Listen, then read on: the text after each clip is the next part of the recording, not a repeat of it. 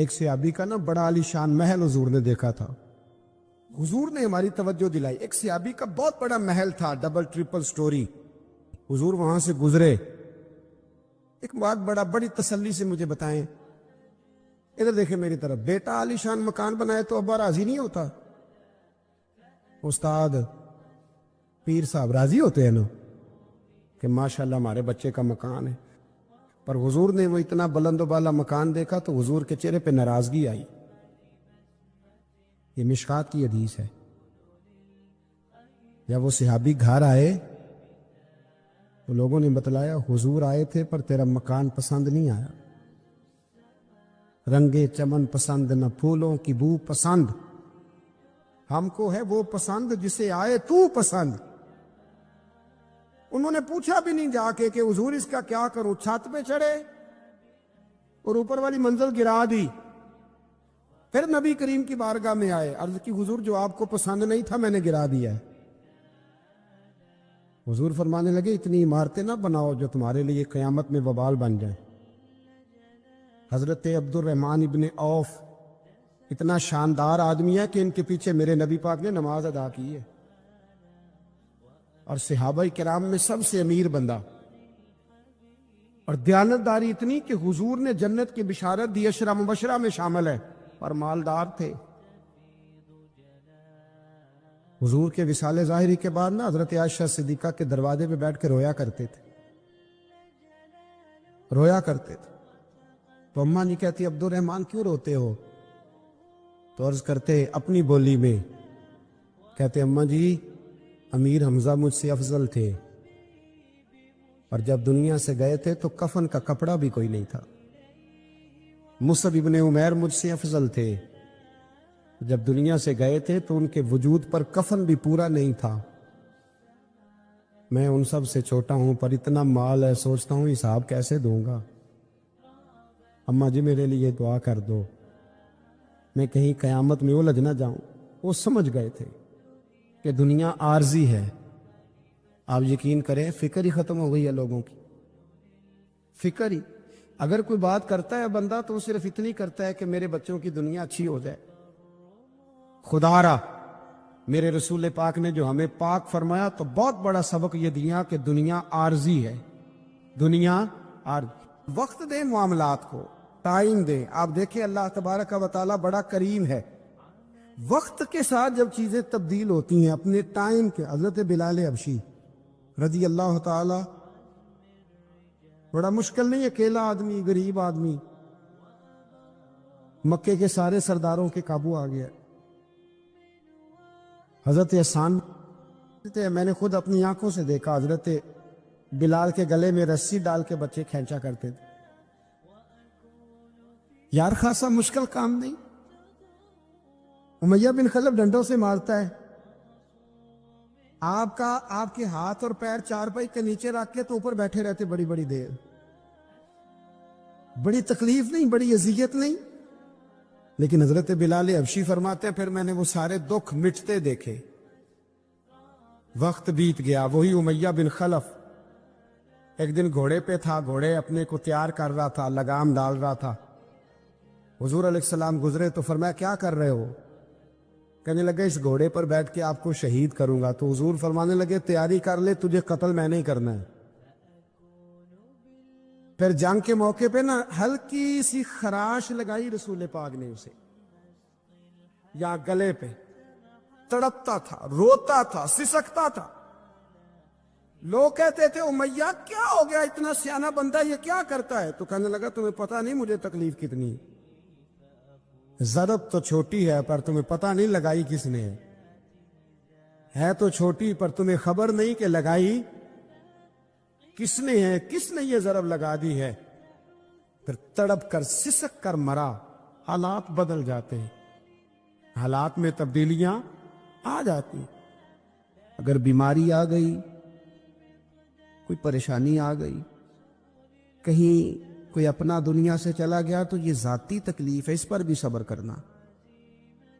اور اگر اپنوں نے بیگانوں نے کوئی تکلیف پہنچا دی, کوئی اذیت دے دی, وہ اذیت کئی صورتوں میں ہو سکتی ہے. تانا بھی ایک اذیت ہے. طنز بھی ایک اذیت ہے. کسی شخص کے بارے میں غلط کلمہ کہنا بھی ایک اذیت ہے.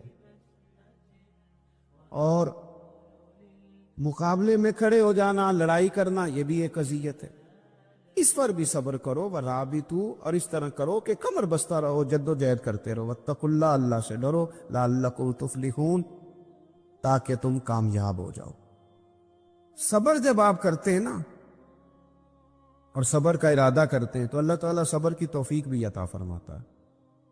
ہم نے یہ دیکھا ہے کہ ہمارے پاس نعمتوں کی کمی نہیں، ہمارے فریزر خوراک سے بھرے ہوئے، ہمارے دسترخوانوں پہ انواع و اقسام کی چیزیں چنی ہوئی ہیں، ہماری الماریوں میں کئی ہمارے لباس تیار شدہ لٹکے ہوئے، ہماری جیبوں میں ہماری ضرورت کا سرمایہ اللہ نے ہمیں دے دیا.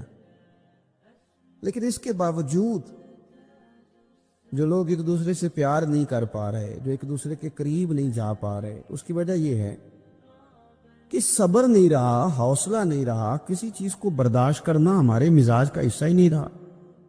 ہم نہ بڑی جلدی ہے، ہمیں دعا کرائی ہے تو آج شام تک مسئلہ ٹھیک ہونا چاہیے، دعائی کھائی ہے تو طبیعت شام تک ٹھیک ہونی چاہیے. اگر ہم راہ حق کے مسافر ہیں تو شام کو ہمیں قرب الہی مل چکا ہو، حضور کی بارگاہ کے ہم حضوری ہو چکے ہیں. ایسا نہیں ہے. آپ وقت دے، سفر کو جاری رکھے، تسلسل کے ساتھ سفر کرے. سفر کے لیے جتنے اسباب کی ضرورت ہے وہ سارے اکٹھے کرے، محنت پوری کرے، جد و جہد پوری کرے، ہمت پوری کرے، لیکن پھر نتیجہ اپنے رب کریم پہ چھوڑ دے. پھر رزلٹ اپنے اللہ. کئی دفعہ ہماری چاہت اور ہوتی ہے، اللہ کی حکمت اور ہو، تو اللہ کی حکمتوں پر بہت ساری چیزوں کو چھوڑے. کہا ربنا افرغ علینا صبرا، اے اللہ ہم پر صبر انڈیل دے، اللہ ہم پر صبر انڈیل دے، ہمارے اوپر صبر بھیج دے، ڈال دے ہمارے اوپر صبر. وثبت اقدامنا، اور ہمارے پیر جما دے. فانصرنا علی القوم الکافرین، اور کافروں کے مقابلے میں ہماری مدد فرما. کافروں کی قوم پر ہماری مدد فرما. اے اللہ ہم پر صبر انڈیل دے اور ہمارے پیروں کو استقامت عطا کر دے. کمزور باتیں کرنی چھوڑ دیں، مایوسی کے جملے اپنی زندگی سے نکال دیں. ہم مسلمان ہیں. آپ بیمار ہو گئے ہیں تو یہ بھی خدا کا فضل ہے، گناہ معاف ہوں گے. اگر اللہ تعالیٰ نے فقیر بنا دیا، غریبی آ گئی ہے تو یہ بھی فضل ہے، امیروں سے پہلے جنت میں جائیں گے. اگر اللہ تبارک و تعالیٰ نے کسی جگہ آپ کو مکان نہیں دیا اور دوسرے کو دے دیا ہے تو آپ وہ لوگ ہیں جو عظیم سنت ادا کر رہے ہیں سیدنا بلال حبشی کی. اگر کسی جگہ کوئی کمزوری آ گئی ہے، کوئی پیچھے رہ گئے ہیں تو یہ خدا کا فضل ہے. اللہ تعالیٰ نے چاہا ہمارے لیے جو فیصلہ تو ہم اس پہ راضی ہیں. لیکن اپنی زندگی اور شکوے اتنے بڑھا لیے، ہم نے اتنے بڑھا لیے کہ لوگوں سے شکوے کرتے کرتے رب رسول سے بھی شروع کر دیے. غلام بھی کبھی شکوہ کرتا ہے، آقا کا بھی شکوہ ہوتا ہے، بندہ بھی کبھی شکوہ کرتا ہے، رب کا بھی شکوہ ہوتا ہے، یہ بھی کبھی ہوتا ہے. آپ نہ مانے پر یہ شکوہ ہے کہ میں بڑے ڈاکٹروں کے پاس گیا ہوں آرام نہیں آیا. نہ مانے پر یہ شکوہ ہے میں نے کبھی کسی کو ستایا تو نہیں پر میرے حالات بھی ٹھیک ہوتے. آپ نہ مانے پر یہ شکوہ ہے کہ فلانے کے پاس دولت زیادہ ہے، اس نے پتہ نہیں وہ آگے نکل گیا اور میں پیچھے رہ گیا. نہ مانے پر یہ شکوہ ہے. کس سے کر رہے ہو؟ رب رسول سے. وہ آس بولے تھے دی مہربانی اساں تے لاڈ ہی لڑاونے نے. کس سے شکوہ کر رہے ہو؟ خدا کے بندو، غلام غلامی کرتے ہیں، شکوے کرتے ہیں کوئی. میں نے سنا ہے، مجھے پکا نہیں پتا، میں نے سنا ہے کہ ہوا تیز ہو تو جہاز کی سپیڈ لوگ بڑھا دیتے ہیں. مخالف سمت اگر ہوا تیز ہو تو جہاز کی سپیڈ یعنی وہ اگر تیز چل رہی ہے تو ادھر سے بھی تیز چلے گی تو اس کا سینہ ذرا جلدی چیرا جائے گا اور آگے بڑھے گی۔ صبر اور استقامت، اگر آپ نے زندگانی میں آگے بڑھنا ہے تو ان دو چیزوں کا وجود آپ کے ساتھ ہونا بڑا ہی ضروری ہے۔ ہمارے مزاجوں میں بڑی جلدی بے صبری آ جاتی ہے، پائے سے بات نہیں ہوتے، کسی بات میں ٹھہراؤ نہیں ہوتا، طبیعت کے اندر وہ والا مزاج نہیں ہوتا جو انسان کو آگے لے کے چلتا ہے، جو اس کو آگے بڑھاتا ہے۔ اگر آپ نے آگے بڑھنا ہے تو پھر ذرا آپ میں کے مزاج میں ٹھہراؤ ہونا چاہیے، پھر ذرا تھوڑا سا سکون ہونا چاہیے۔ میرے رسول کریم علیہ السلام کی خدمت میں ایک شخص نے عرض کیا تھا، یا رسول اللہ صلی اللہ تعالی وسلم، مجھے کوئی ایسی نصیحت کر دے کہ پھر مجھے کسی اور سے پوچھنے کی ضرورت نہ رہے۔ تو حضور نے ایک ہی جملہ کہا، فرمایا جب تو نے کہا نا کہ اللہ میرا رب ہے، پھر ڈٹ جا، پھر اس پہ ڈٹ جا، پھر کھڑا ہونا سی۔ جب آپ میں استقامت ہوتی ہے، صبر ہوتا ہے، دیکھیں حالات جب بگڑے تو انہیں صحیح ہونے میں ٹائم لگتا ہے کہ فوراً ٹھیک ہو جاتے۔ آپ بیمار ہو گئے، تکلیف ہوئی، کوئی آپ کو بیماری لگ گئی، آپ ڈاکٹر صاحب کے پاس گئے، انہوں نے آپ کو دیکھا، ٹریٹمنٹ کی، پھر دوائیاں لکھیں، پھر انہوں نے آپ کو کہا کہ آپ کو 1 ہفتہ یا 1.5 ہفتہ دوائی کھانی ہے، یہ ایک شربت کی شیشی ہے، یہ ایک بوتل ہے، یہ ایک سیرپ ہے، 1 چمچ صبح 1 شام، اور پورا ہفتہ آپ نے استعمال کرنا ہے۔ اب آپ تو کہہ رہے تھے کہ میں نے ابھی ٹھیک ہونا ہے گھنٹے کے بعد، تو سارا نہ پی لوں، سیرپ سارا نہ پی لوں ابھی، اور 1.5 ہفتے کی دوائی ابھی نہ کھا لوں، تھوڑی تھوڑی کر کے بھی تو کھانی ہے نا، ساری کٹھی نہ کھا لوں، ہو جائیں گے ٹھیک؟ کیا خیال ہے آپ کا؟ نہیں ہوں گے۔ کیوں؟ اس لیے کہ جس ترتیب سے ڈاکٹر نے آپ کو بتلایا ہے، آپ کا وجود اسی ترتیب سے اسے قبول کرے گا۔ آپ کا جو وہ مرض ہے وہ اسی ترتیب سے بہتر ہوگا جس ترتیب سے ڈاکٹر نے، طبیب نے، حکیم نے آپ کو بتلایا ہے، اسی مرتب ترتیب سے آپ نے اس کو دوا کو استعمال کرنا ہے، تو اسی ترتیب سے وہ سارے معاملات ٹھیک ہوں گے۔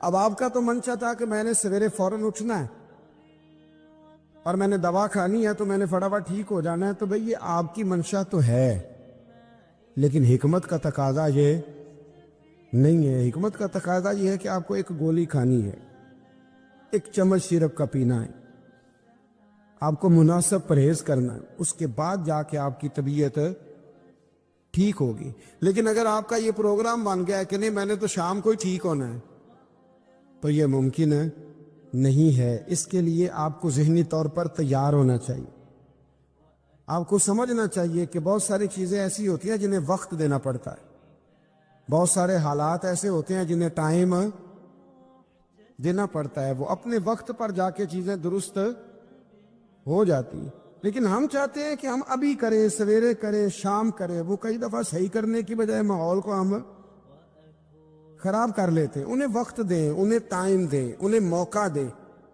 لیکن جو بندہ صبر ہی نہ کر پائے، جو صبر ہی نہ، جو کہ جی بڑی دور سے آیا ہوں، بڑی دیر ہو گئی، بڑا ٹائم ہو گیا، کب جا کے مسئلہ حل ہوگا؟ وہ جو آپ نے بتایا تھا وہ تعویذ کب اثر کرے گا؟ وہ دعا کب قبول ہوگی؟ وہ فلانا معاملہ کب؟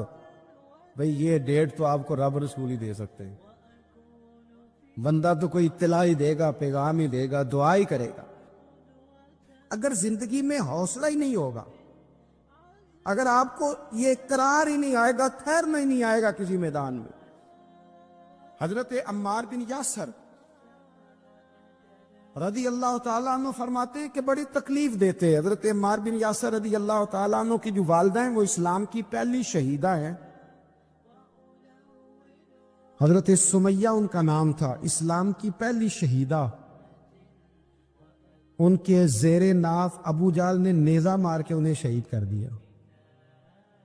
حضرت عمار بن یاسر رضی اللہ تعالیٰ عنہ فرماتے ہیں کہ میرے والد کو اتنی تکلیفیں دی گئیں کہ وہ ان اذیتوں کی وجہ سے دنیا سے پردہ کر گئے۔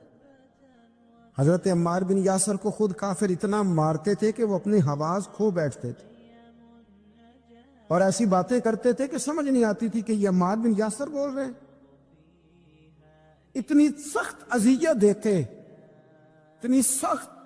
دکھ قبول محمد بخشا، راضی رہن پیارے. دکھ قبول محمد بخشا، بس راضی رہن. اتنی تکلیف دیتے کہ حضرت عمار بن یاسر حواس کھو بیٹھتے، تکلیف میں آتے. بڑا سہا، بڑا برداشت کیا. ایک دن میرے رسول پاک تشریف لائے اور حضور نے کہا او آل یاسر میں تمہیں مبارک دینے آیا ہوں.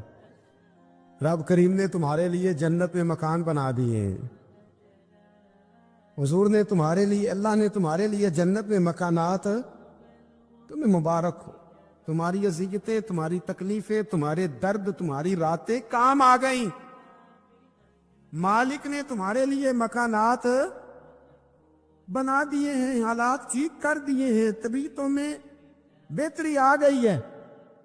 میرے محبوب کریم رؤوف الرحیم سید عالم نور مجسم شفیع معظم آقا دو عالم صلی اللہ تعالی علیہ وسلم نے انہیں خوشخبری سنا دی. حضرت عمار کہتے ہیں پھر حالات بدلے. پھر میں نے جو مجھے اذیتیں دینے والے تھے، میں نے انہیں گڑھوں میں گرتے دیکھا. آپ فرماتے ہیں ابو جہل کی لاش اٹھانے والا بھی بدر میں کوئی موجود نہ تھا، اور ابو لہب جو مجھے تکلیفیں دیتا تھا وہ مکے کے چوک میں مرا ہوا پڑا تھا، پر کوئی اس کے قریب جانے والا بھی موجود نہ تھا، کوئی نہیں تھا. آپ فرماتے ہیں وہ حالات بھی. حضرت عمار کا اپنا کیا حال ہوا؟ حضرت خالد بن ولید رضی اللہ تعالیٰ عنہ بڑے بہادر ہیں. حضور نے فرمایا یہ اللہ کی تلوار ہے، یہ اللہ کی. بڑے بہادر تھے، بڑے شیر دل تھے. فرماتے ہیں کبھی معذرت نہیں کرنی پڑی، کبھی جھکنا نہیں پڑا، کبھی کسی کی منت نہیں کی. اللہ نے طاقت اتنی عطا فرمائی تھی، ہمت، حوصلہ، صبر، استقامت اتنا دیا تھا. کبھی کسی جگہ پشت نہیں لگی. لیکن فرماتے کسی وجہ سے نا ایک دن میرا عمار بن یاسر کے ساتھ کسی بات پہ اختلاف رائے ہو گیا، جھگڑا ہو گیا. توجہ ہے میری بات پر؟ فرماتے ہیں جھگڑا ہو گیا. ہمارا پتہ حال کیا ہے؟ ہمارا یہ حال ہوتا ہے کہ ہمارا جھگڑا ہو جائے تو خیر ہے، لیکن اگر پڑوسی کے بچے لڑ پڑے تو ہم کہتے ہیں اس کی روزی پاک نہیں، اس کی تربیت ٹھیک نہیں. ہمارا بھائیوں سے رٹا ہو جائے تو معاملہ اور ہے، کسی کا ہو جائے تو معاملہ اور ہے. میں بیمار ہو جاؤں تو آزمائش ہے، اور سامنے والا بیمار ہو جائے تو سزا ہے. پھر کیا ہے؟ بلکہ پنجابی کہتے ہیں کیتیاں نو پھڑیا ہے، یہی کہہ دیتے. اور میں بیمار ہو جاؤں تو آزمائش آ گئی اللہ کی طرف سے. ایسا نہ کرے.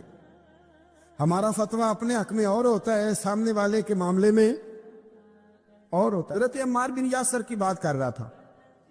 جناب عمار بن یاسر رضی اللہ تعالی عنہ، حضرت عمار بن یاسر کہتے ہیں کہ حضرت خالد بن ولید کے ساتھ، جناب خالد بن ولید کہتے ہیں میری ان کے ساتھ نہ کسی بات میں اختلاف رائے ہو گیا. تو میں اب دلیر آدمی تھا، شیر آدمی تھا، کبھی جھکا نہیں تھا، کبھی کوئی معاملہ نہیں ہوا تھا، کبھی کوئی ایسی بات نہیں ہوئی تھی. آپ فرماتے ہیں جب رائے کا اختلاف ہو گیا نا، بات ذرا آگے بڑھ گئی تو نبی کریم صلی اللہ علیہ وسلم تک بات پہنچی. تو میرا یہ خیال تھا کہ حضور میری بھی سنیں گے، عمار بن یاسر کی بھی سنیں گے، پھر حضور کوئی فیصلہ کریں گے. پر قربان جاؤں وقت بدل گیا ہے نا. اب بہت بڑے چودھری ہیں، بڑے سردار ہیں، بڑے سپہ سالار ہیں حضرت خالد بن ولید، پر وقت بدل گیا. تو حضرت خالد بن ولید کہتے ہیں جب میں نے نبی کریم کی بارگاہ میں بات عرض کی، حضور تک بات پہنچی، تو میرے مصطفیٰ نے موٹی سی بات ارشاد فرمائی.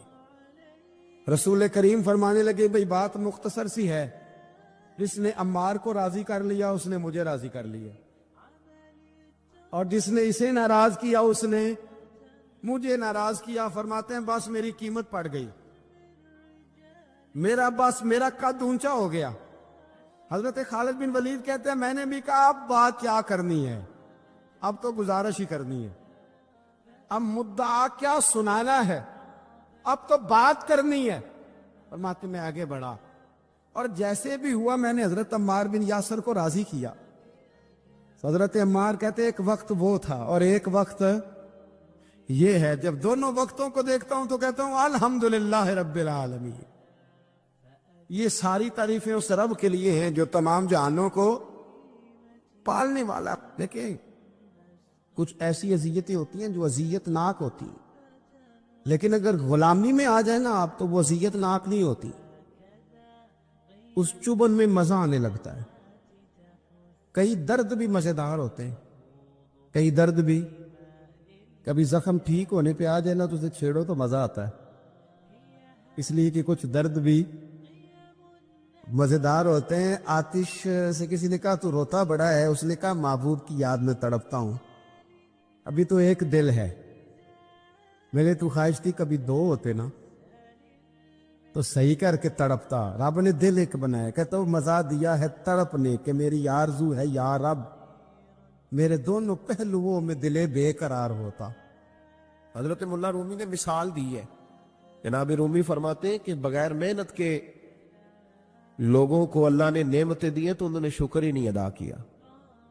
اندھے سے پوچھ آنکھ کی قدر کیا ہے.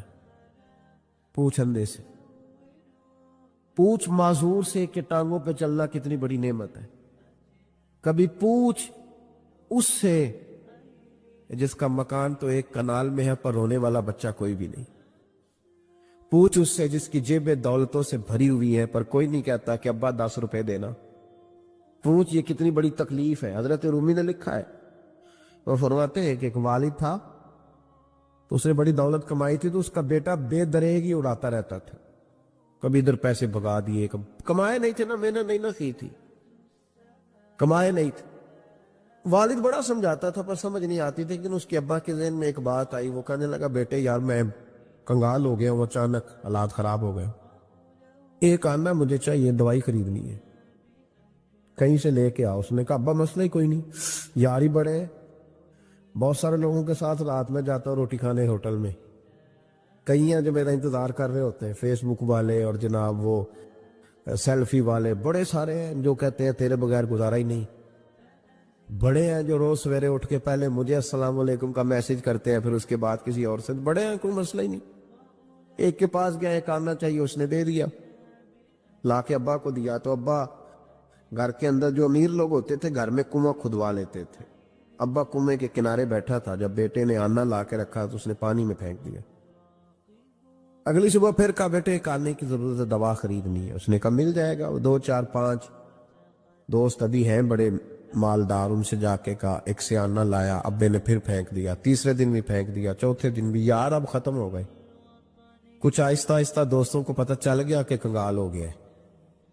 خبر پھیل جاتی ہے نا، اب بھوکا ہو گیا. اب آہستہ آہستہ موبائل بند ہونے لگے، آہستہ آہستہ جو ہے وہ نمبر بلاک ہونے لگا، حالات بگڑ گئے. اب جب اسے پتا تھا کہ یار تو اب دروازہ کھٹکھٹاتا ہوں تو کہتے ہیں کہ اسے کہہ دو میں گھر نہیں، ابا نے تو آنا مانگنا ہے اور میں بے دریغ دولت ابا کی اڑاتا رہا ہوں. اب یہ بھی نہیں کہہ سکتا کہ مجھے دیتا کوئی نہیں. شہر سے باہر نکل گیا، سارا دن مزدوری کی، جد و جہد کی، کبھی کام کیا نہیں تھا، ہاتھوں پہ چھالے پڑ گئے. بڑا مشکل ہوتا ہے جن لوگوں نے کام نہ کیا ہونے کرنا پڑ جائے تو. تکلیف کا شکار ہو کے ایک آنا کمایا، شام کو لا کے والد کی ہتھیلی پہ رکھا تو اس نے پھینکا نا جب کنویں میں تو چیخ پڑا، کہنے لگا ابا جی آپ سیانے پیانے بندے ہیں، روز پیسے لا کے دیتا ہوں، کنویں میں پھینک دیتے ہو، کوئی کرنے والی بات کرو. نہیں دوائی کھانی تو نہ کھاؤ، ضائع کیوں کرتے. بیٹے کو باپ نے تھپکی دے کے بٹھا لیا. اس نے کہا بیٹا میں نے پہلے دن تو نہیں پھینکا، تو 7واں دن میں روز پھینکتا ہوں، آج تیری چیخیں کیوں نکلی. کہنے لگا ابا پہلے ادھار کے تھے آج مزدوری کے ہیں. نہیں سمجھ آئی بات. پہلے بولیے اور آج میری محنت ہے، مزدوری ہے، جد و جہد ہے. تو والد کہنے لگا بیٹے یہی میں تجھے سمجھانا چاہتا تھا، وہ میری بھی محنت کے ہیں جو تجھ روز یاروں کو کھلا آتا ہے، میں نے بڑی جد و جہد سے جمع کی ہے، میں کنگال نہیں ہوا، صرف تجھے سمجھانا تھا. او بھائی یہ آنکھیں تیری محنت کی نہیں نا، اس لیے تو شکر نہیں ادا کرتا. یہ وجود، یہ ٹانگیں، یہ شعور، یہ تیری جد و جہد کا نہیں. جو عقل کی دولت اللہ نے دیا نا یہ تیری محنت کی نہیں. اگر محنت کی ہوتی تو سجدے میں پڑا رہتا. تو خیال کرتا اللہ نے آنکھیں دی ہیں قرآن دیکھنے کے لیے. جب کوئی کسی گندی چیز کو دیکھتا ہے تو ناشکری کرتا ہے. جب غلط طرف اٹھاتا ہے یہ چیزیں تو ناشکری کرتا ہے. صاحبو یاد رکھنا اور اس پر ضرور غور کرنا کہ جب نعمتوں کا شکر ادا نہ کیا جائے تو پھر ہمیں استغفار کا حکم دیا گیا ہے. پھر کیا کرنا ہے ہم نے؟ استغفار کہ یا اللہ ہم تیری نعمتوں کا شکر ادا نہیں کر سکے تو ہمیں معاف فرما دے، تو ہم سے درگزر فرما، معاف فرما. ایک استغفار اس بات کا ہے کہ دیکھیں نا یہ رسول پاک علیہ السلام کا فرمان، یہ حدیث امام رازی نے لکھی، اور نبی پاک کی فرمان کے لحاظ سے جو چیز ہمارے سامنے آئے نا اس پر ہماری آنکھیں بھی کھل جانی چاہیے، دل بھی کھل جانا چاہیے کہ کوئی خاص ہی بات تھی جو حضور نے بیان فرمائی صلی اللہ علیہ وسلم. سرکار دو عالم علیہ السلام نے فرمایا ایک آدمی نے 500 سال بغیر ریاکاری کے اللہ کی عبادت کی. کتنے سال؟ 5 سال نہیں ہوتی بغیر ریاکاری کی. تہجد پڑھنے والا جب تک 6 لوگوں کو بتا رہا نہ دے تہجد پڑھی ہے اتنی دیر تو تہجد آگے بڑھتی نہیں. کم از کم 6 بندوں کو پتا ہونے چاہیے. اور میرے جیسے حاجی نمازیوں کا تو دل کرتا ہے کہ وظیفے پہ بندہ رکھا جائے جو تعریفیں کرے صبح و شام. حاج صاحب کی کیا بات ہے، حضرت صاحب کی وظیفہ دیں گے اس کو مہینے کا، وہ تعریف کرے کھول کے کہ آپ کی بڑی بات. یہ مرض ہے، تعریف سننا نا یہ بیماری ہے، اس نے جھوٹ کو جنم دیا ہے. یہ بہت بڑا مرض ہے. حضرت سعدی نے اس پر بہت بڑے مقالہ جات لکھے اور فرماتے ہیں یہ مرض کچھ لوگوں میں بہت زیادہ ہوتا ہے. ایک امیروں میں، امیر لوگ ناراض نہ ہو جائیں پر انہوں نے کہا ہے تو کوئی حکمت ہوگی نا، امیروں میں تعریف سننے کا مرض بہت زیادہ ہوتا ہے. فرماتے ایک بادشاہوں میں اور تیسرا عورتوں میں، ان میں یہ بیماری بہت زیادہ ہوتی ہے. کوئی تعریف نہ کرے تو خود اپنی کرنی شروع کر دیتے، خود ہی کہہ دیتے ہیں کہ وہ کیا بات سی میرے ابا جی تے وہ تے 100 حال چلدا سی تے 150 بندہ ٹکر کر ابا جی تے چھڑ تو دس تیرے کنے چل دین، تیرے کل کنے بندے روٹی کھاندے، اپنی بات کرنا. اقبال کہتے تھے تو وہ آبا تمہارے ہی مگر تم کیا ہو، ہاتھ پہ ہاتھ درے منتظر فردا. ابا جی کی دادا جی کے چھوڑ اپنی کر، ہمیں تو تیرا پتہ ہے تو اپنی بات کر. تیرے اندر بھی کوئی چیز ہے کہ نہیں؟ ابا دادا تو سب کے بڑے، حضرت آدم کی اولاد ہے تو حضرت آدم نبی تھے، تو باپ دادا تو سب کے بڑے بڑے ہی ہیں. بات یہ ہے کہ اپنی بات کرنی چاہیے نا. تو یہ بیماری ہے، یہ نقص ہے. 500 سال بغیر ریاکاری کی عبادت، اور بیان میرے نبی کریم علیہ السلام فرما رہے 5 بولیے. یہ بہت بڑا مسئلہ ہے. دکھاوا نہ ہو، ریاکاری نہ ہو. ہم مجالس میں جاتے ہیں نا جناب، محافل میں، تو لسٹ ملتی ہے یہ چوہدری صاحب نے صدارت ہے، انہوں نے خصوصی تعاون کیا ہے، تو یہ فلانے صاحب ہے تو ان کا بھی نام لینا ہے. تو میں کبھی کبھی کہہ دیتا ہوں کہ یار آپ نے تو کہا تھا یہ نبی پاک کی تعریف کی محفل ہے، اور یہ آپ نے لسٹ لگا دی ہے پوری تعریف کرنے والوں کی. کچھ ضروری ہے کسی کا نام لینا اور اس کا جناب ذکر کرنا اور اشتہار پہ اس کی فوٹو آنا؟ یہ کچھ ضروری ہے؟ ویسے بھی کو اچھا لگتا ہے کہ نبی پاک کے نام کی محفل اور میں صدارت کر رہا ہوں؟ ڈرنا چاہیے نا مجھے اللہ تعالیٰ. حضور کی محفل اور میری صدارت، اس پر کبھی غور کرے. اگر کوئی رائے طریقت کا مسافر ہوگا تو تڑپ جائے گا کہ نبی پاک کے نام کی محفل اور سرپرستی ایک ایسے آدمی کی جس کو وضو تک نہیں کرنا آتا. چھ معنی دار ہے، وہ دھندا ہے معاذ اللہ تعالیٰ. جس کا جو دل کرے وہ کرتا جائے. 500 سال بغیر ریاکاری کی عبادت کی. 5 بڑا مشکل ہوتا ہے. حضور فرماتے ہیں یہی بندہ جب اللہ کے حضور کھڑا کیا جائے گا تو رب کریم اس سے کہے گا کہ چلو اس کو میرے فضل سے جنت میں لے جاؤ. تو عرض کرے گا مالک فضل تو ٹھیک ہے پر 500 سال لگائے میں نے. 5 وہ مولوی صاحب میری طرح کے بیچارے جو امام مسجد ہوتے ہیں نا تو وہ بھی کہتے ہیں جب میں آیا تھا تو 30 بچے تھے مسجد میں، اب 80 ہو گئے. اور بھئی یہ بندوں کو بتانے کی کیا ضرورت ہے؟ یہ تو اللہ کی رضا کے لیے ہے نا. تو چھوڑ، اس میں اتنا تذکرہ کرنے کی کیا حال ہے؟ 500 سال جس نے لگائے بول پڑا یا اللہ 500 سال لگائے اور تو کہتا ہے کہ اس کو میرے فضل سے لے جاؤ. تو رب کریم نے فرمایا چلو کوئی نہیں, پھر انصاف کر لیتے ہیں. الٹی آنکھ کی روشنی نکال کے ترازو کے ایک پلڑے میں رکھو اور 500 سال کی بغیر ریاکاری کی عبادت دوسرے پلڑے میں رکھو. کبھی اس مریض سے پوچھنا جس کو ڈاکٹر کہہ دیتا ہے کہ تیری آنکھ کا علاج نہیں ہو سکتا. بے بس ہوتے ہیں ڈاکٹر, جواب دے جاتا ہے شعور. پوچھ کبھی اس شخص سے کو کہتا ہے بس جناب اب آپ اپنی آنکھیں موجود ہونے کے باوجود آپ دیکھ نہیں سکتے, اتنی موٹی آنکھ لگی ہوئی ہے. لیکن روشنی اللہ چاہے تو دیتا ہے, نہ چاہے تو نہیں دیتا. ایک آنکھ کی روشنی ایک پلڑے میں رکھ لو اور دوسرے میں 500 سال کی عبادت رکھ دی. اللہ اکبر. تو رب کریم نے فرمایا اب تولو. جب تولی تو وہ عبادت تھوڑی تھی اور ایک نعمت زیادہ تھی. اللہ نے فرمایا یہ تو بھئی اس کو تو 500 سال دیے تھے, یہ تو ایک نعمت کا شکر نہیں ادا کر سکا, پکڑو اس کو دوزخ میں ڈالو. ایک کر کے کیا آیا ہے, پکڑو جہنم میں ڈالو اس کو, لے چلو. ترمذی شریف کے لفظ ہے, نبی پاک نے ہمیں سمجھایا اور ایک جملے میں ساری بات ختم کر دی. حضور فرمانے لگے تو اللہ کی تھوڑے دیے ہوئے رزق پہ راضی ہو جا, وہ بھی تیری تھوڑی عبادت سے راضی ہو جائے گا. اور اگر تیرا پروگرام ہے نا لمبی چوڑی جائیداد ہوگا تو پھر سجدے بھی لمبے کر, پر لمبے کر میں تو بھی. یہ کیا بات ہوئی, یہاں جتنی دولت بڑھتی جاتی ہے عبادت سکڑتی جاتی ہے, وقت ہی نہیں, ٹائم ہی نہیں. یہ بڑھا پھر. تو جب دوزخ میں جانے لگا نا تو پھر خیال آیا, تو حضور فرماتے استغفار کرنے لگا, کہنے لگا اللہ میں بھول گیا تھا, اللہ مجھے غلطی لگ گئی. استغفار کر رہا. تو جب اس نے استغفار کیا تو رب کریم تو پہلے ہی بڑا قبول کرنے والا ہے. یا اللہ میں بھول گیا. تو فرمایا چلو جو استغفار کرے اسے تو میں ویسے ہی معاف کر دیا کرتا ہوں, اسے بخش دو, اسے میرے فضل سے جنت میں لے جاؤ. پہلا استغفار ہمارے بزرگ نے ایک مراقبہ کراتے تھے. مراقبہ ان فی خلق السماوات والارض واختلاف اللیل والنہار لآیات لأولی الالباب. مراقبہ ہوتا تھا اللہ کی نعمتوں پر غور کرنے کا نام. تو اکیلا بیٹھ, گردن جھکا اور غور کر خدا کا فضل کتنا ہے اور میری اس میں محنت کتنی, اس کا شمار کر. اس طرح کر کے 2 خانے بنا, ایک خانے میں اللہ کی نعمت رکھ اور دوسرے میں پھر اپنی محنت رکھ.